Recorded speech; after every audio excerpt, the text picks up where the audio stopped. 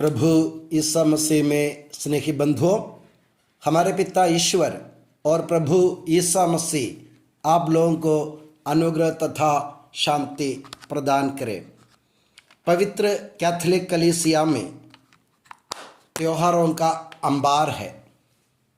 पवित्र कैथोलिक कलीसिया में त्योहारों की कोई कमी नहीं। ऐसा कोई दिन नहीं होगा जिसमें कैथोलिक कलीसिया किसी न किसी संत या किसी न किसी प्रभु के मुक्ति कार्य का पर्व न मनाती हो। इसलिए कैथोलिक कलीसिया में पर्वों का महत्व बहुत बड़ा है। इन सब पर्वों के पर्व के रूप में कैथोलिक कलीसिया जिस पर्व को मानती है वही पर्व यानी पुनरुत्थान पर्व मनाने हम जा रहे हैं। पुनरुत्थान पर्व का अर्थ, मतलब और इसकी श्रेष्ठता क्या है, इसके बारे में आज हम मनन करें। जैसे मैंने कहा, बहुत सारे पर्व हैं। इनमें सबसे श्रेष्ठ, सबसे सुंदर, सबसे अर्थवान और सबसे उम्मीद जगाने वाला पर्व प्रभु यीशु मसीह का पुनरुत्थान पर्व है। ये इसलिए है कि हम देखते हैं कि प्रभु यीशु मसीह जो दुनिया को जीवन देने के लिए आए थे, दुनिया को मृत्यु से बचाने के लिए आए थे, जिन्होंने अपनी जीवन की आहुति दे दी और जिन्होंने अपने जीवन को न्योछावर करते हुए जिन्होंने अपने जीवन का क्रूस पर गंवा दिया, वही प्रभु कहता है कि मेरे पिता के घर में बहुत सारे निवास स्थान है, मैं आकर तुमको वहीं ले जाऊंगा और तुम जैसे मैं हूं वैसे तुम भी मेरे पिता के साथ रहोगे। ये प्रभु द्वारा दिलाई गई उम्मीद है, यह प्रभु का वादा है। इसका मतलब क्या है? इसका मतलब है जो प्रभु यीशु मसीह में विश्वास करता है वो इस दुनिया में उसका अंत नहीं होगा, या इस दुनिया में ही इसका जीवन समाप्त नहीं होगा। पुनरुत्थान एक नए जीवन, एक नई उम्मीद और एक नई उमंग की हमको प्रतीक्षा देती है। तो मेरे प्यारे बंधुओं, हमें समझने की बात यह है, प्रभु यीशु मसीह जो दुनिया के मुक्तिदाता है, जिन्होंने अपने जीवन गंवा दिया, वही प्रभु कहता है कि मैं पुनरुत्थान और जीवन में हूं। मैंने जीवन इसलिए गंवाया कि तुम लोग जीवन प्राप्त करो। संत यूहन्ना के सुसमाचार में अध्याय 10 में प्रभु यीशु मसीह कहते हैं, मैं इसलिए आया हूं कि वे लोग जीवन प्राप्त करें, बल्कि संपूर्ण जीवन प्राप्त करें। ये संपूर्ण जीवन क्या है? ये संपूर्ण जीवन वही है जो पुनरुत्थान है। पुनरुत्थान में ही अपना जीवन पूर्ण होता है। हर एक इंसान का, हर एक ईसाई का जीवन पुनरुत्थान में ही पूर्ण होता है। और ऐसा सोचिए तो हमारी कलीसिया की स्थापना, यानी ईसा मसीह की कलीसिया की स्थापना भी इस पेतरुस के विश्वास की घोषणा पर हुई थी। सुनिए आप, जब प्रभु यीशु मसीह अपने चेलों से पूछते हैं कि लोग मेरे बारे में क्या कहते हैं कि मैं कौन हूं, तो उन लोगों ने बहुत सारी बातें की। वे कहने लगे, कोई कहते आप एलियस है, कोई कहते आप नबी है, कोई कहते आप यूहन्ना बपतिस्ता है। तो प्रभु ने उनको वहीं के वहीं रोक दिया और एक मार्मिक और व्यक्तिगत सवाल प्रभु ने उनसे किया। प्रभु ने पूछा, तुम क्या कहते हो कि मैं कौन हूं? तो पेतरुस जो शिष्यों में प्रथम है, शिष्यों के नेता, शिष्यों का अगुवा है, उन्होंने हिम्मत बटोर कर प्रभु से कहा, आप मसीह हैं, जीवंत ईश्वर का पुत्र है। यानी दो सत्य की पेतरुस ने घोषणा की। पहला सत्य है आप मसीह है, यानी मुक्तिदाता है, और दूसरा सत्य है आप जीवंत ईश्वर का पुत्र है जो कभी नहीं मरता। यानी ईश्वर जीवंत है, वो कभी नहीं मरेगा, और जो ईश्वर में विश्वास करता है वो भी कभी नहीं मरेगा। क्योंकि प्रभु यीशु मसीह ने इस सत्य को और गहरा करते हुए संत यूहन्ना के सुसमाचार के अध्याय 11 में मर्था से अपने संवाद में प्रभु ने मर्था को समझाया, तुम्हारा भाई जी उठेगा। तो मर्था ने कहा, मुझे मालूम है कि अंतिम दिन के पुनरुत्थान के समय वो जी उठेगा। तो प्रभु ने कहा, पुनरुत्थान और जीवन दोनों में ही हूं, यानी पुनरुत्थान और जीवन मेरे द्वारा ही संभव होगा। मेरे मरने के बाद तीसरे दिन जब मैं जी उठूंगा तो ये समझो कि तुम्हारे पुनरुत्थान संभव हुआ इस दुनिया में। तो मेरे प्यारे बंधुओं, पवित्र कैथोलिक कलीसिया की स्थापना प्रभु के इस पुनरुत्थान के विश्वास पर हुई है। इसलिए प्रभु ने संत पेतरुस से कहा, जब पेतरुस ने घोषणा की आप मसीह के जीवंत ईश्वर का पुत्र है, तो प्रभु ने कहा तुम चट्टान हो। प्रभु ने यह नहीं कहा कि तुम्हारी ये बात चट्टान जैसे लग रही है। प्रभु ने यह नहीं कहा कि तुमने जो बात कही वो चट्टान जैसे लग रही है। प्रभु ने सिर्फ यही कहा कि तुम चट्टान हो, यानी जिस विश्वास की तुमने घोषणा की है उस विश्वास के द्वारा तुम्हारा जीवन इस दुनिया में एक चट्टान जैसे बन गया, जो हमारी कलीसिया की नींव होगी। तो हमारी कलीसिया की नींव क्या है? हमारी कलीसिया की नींव, हमारी कलीसिया की बुनियाद प्रभु ईसा मसीह के पुनरुत्थान में अपना विश्वास है। प्रभु कहता है, मार्था को समझाते हुए कहता है कि जो मुझ में विश्वास करता है वो कभी नहीं मरेगा, जो मुझ में विश्वास करते हुए जीता है वो मरने पर भी जीवित रहेगा। इनमें दो सत्य प्रभु ने मार्था को समझाया, हमको समझाया। सबसे पहली बात, जो मुझ में विश्वास करता है वो कभी नहीं मरेगा। इसका मतलब क्या है? वो इसका इस दुनिया में सत्यानाश नहीं होगा। और दूसरी बात प्रभु ने कहा, जो मुझ में विश्वास करते हुए जीता है वह मरने पर भी जीवित रहेगा। यानी जो प्रभु ईसा मसीह में या उनके पुनरुत्थान में, उनकी मृत्यु में विश्वास करता है, वो आदमी शारीरिक रूप से जरूर मरेगा, फिर भी वो अंत नहीं होगा, वो एक नए जीवन की शुरुआत होगी। इसलिए प्रभु ने मार्था से कहा कि वो मरने पर भी जीवित रहेगा। तो इस सत्य को और गहरा समझाते हुए प्रभु ईसा मसीह संत लूकास के सुसमाचार के अध्याय 16 में अमीर और लाजरुस का दृष्टांत हमारे सामने पेश करते हैं।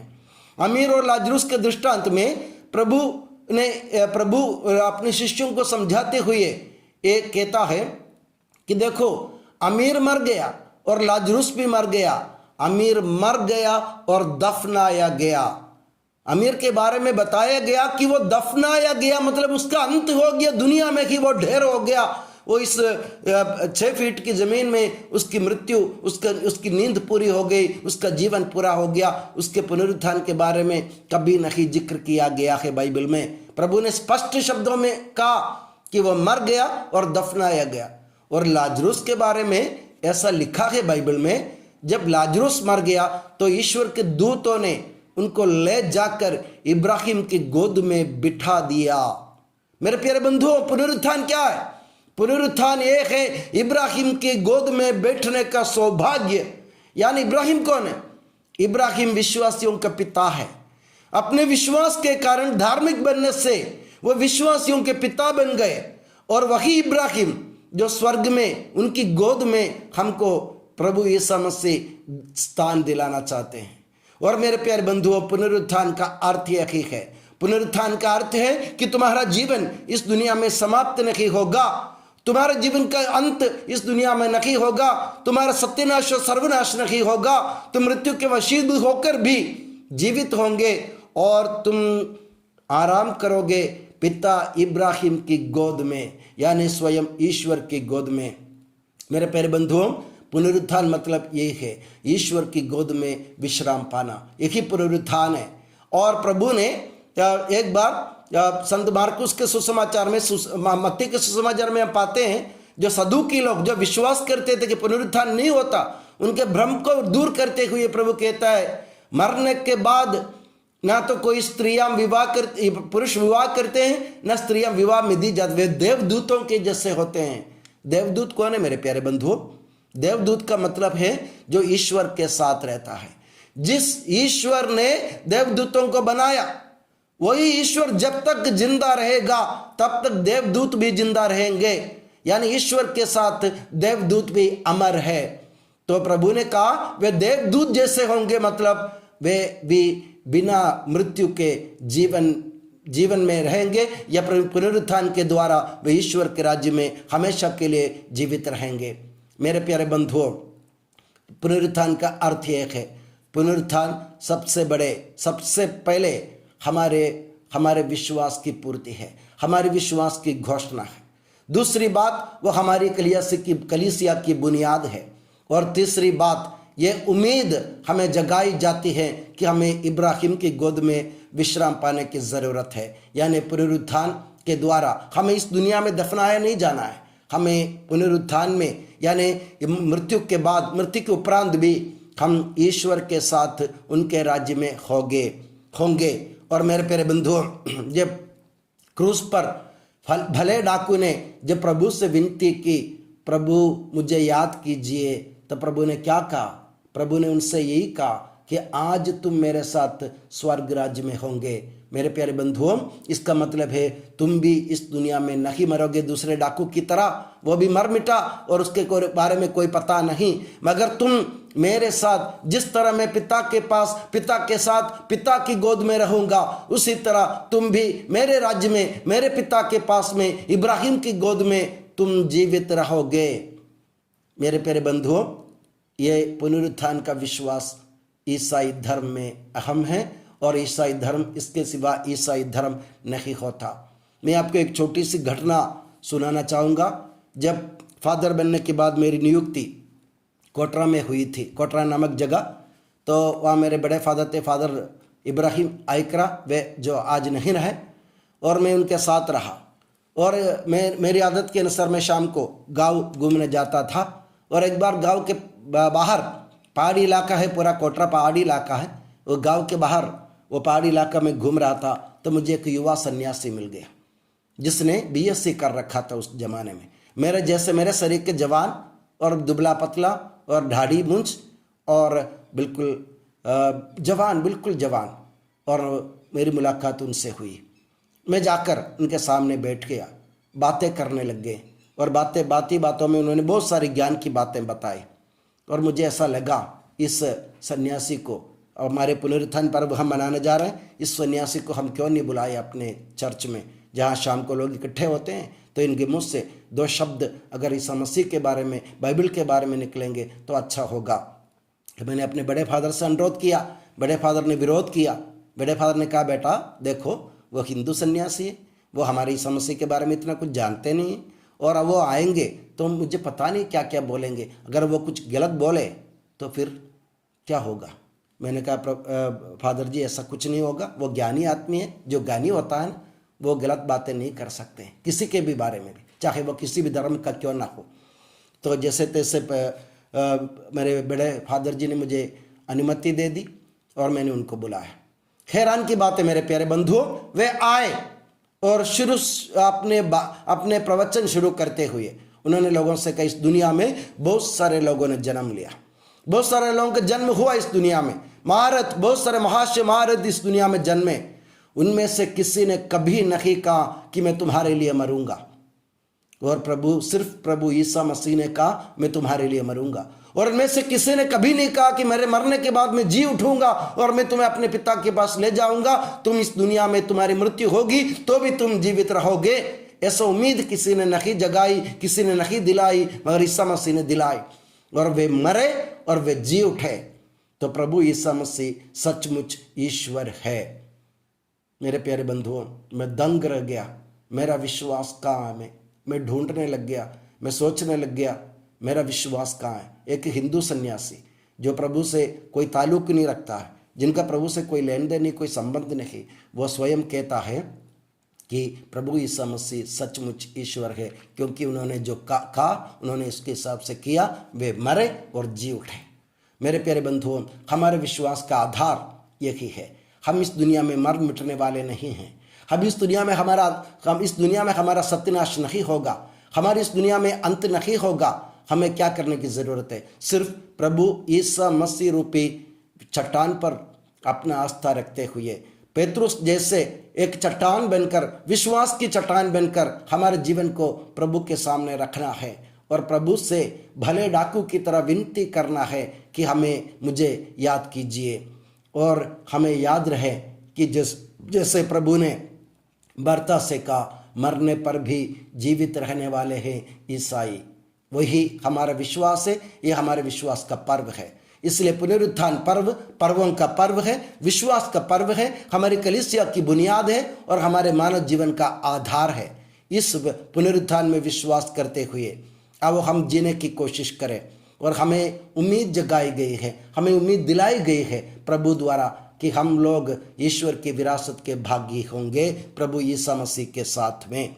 ऐसा विश्वास जब तक हम अपने जीवन में अक्षुण्ण नहीं बनाए रखेंगे तब तक हम लोग इस दुनिया में ही मर मिटेंगे, हमारा सत्यानाश होगा। जिस तरह अमीर के बारे में बताया गया वो दफनाया गया, हम भी दफनाए जाएंगे। और आजकल आप देखते हैं कि मृत्यु के उपरांत जो दाह संस्कार होता है, लोग उसमें भी आडंबर लाने की कोशिश कर रहे हैं। हमने देखा, एक बार दंग रह गया, केरल में एक अमीर व्यक्ति का दफन संस्कार हो रहा था, तो मैंने देखा इनकी कब्र इतने सारे फूलों से, इतने सारे छाल्टी के कपड़ों से, बड़े बड़े महंगे कपड़ों से और बहुत सारे चीज़ों से उसकी सजावट की गई। मानो कि मुझे ऐसा लगा कि ये व्यक्ति हमेशा के लिए इसी के अंदर सोने जा रहे हैं। और हम बड़े बड़े कफन खरीदते हैं, बड़े बड़े कीमत वाले कफन खरीदते हैं। मेरे प्यारे बंधुओं, अगर हम ईसा मसीह में विश्वास करते हैं, पुनरुत्थान में विश्वास करते हैं, तो ये याद रखिए कि हमें इस दुनिया में हमेशा के लिए नहीं सोना है। हमारी कब्र हमारा शाश्वत निवास नहीं है, हमारा कब्र अस्थाई एक निवास है जिसमें से हमको ऊपर उठकर ईश्वर के पास इब्राहिम की गोद में बैठने की ज़रूरत है। इस उम्मीद को हम अपने जीवन में कायम रखें और दूसरों तक पहुँचाएं और बताएं कि प्रभु यीशु मसीह मुक्तिदाता और पुनरुत्थान देने वाला एकमात्र ईश्वर है। और मैं दुआ करता हूं कि प्रभु यीशु मसीह के पुनरुत्थान में विश्वास करते हुए आप अपने जीवन को जीने की कोशिश करें, दूसरों को भी उम्मीद जगाएं और प्रभु में अपने विश्वास को अटल और अटूट बनाए रखते हुए हम भी कलीसिया की इस पर्व का भरपूर मात्रा में आनंद लें। और प्रभु यीशु मसीह और माता मरियम आप सभी को हमेशा अपनी नियामत की छत्र छाया में सुखी और सुरक्षित रखें। पिता, पुत्र और पवित्र आत्मा के नाम पर आमीन।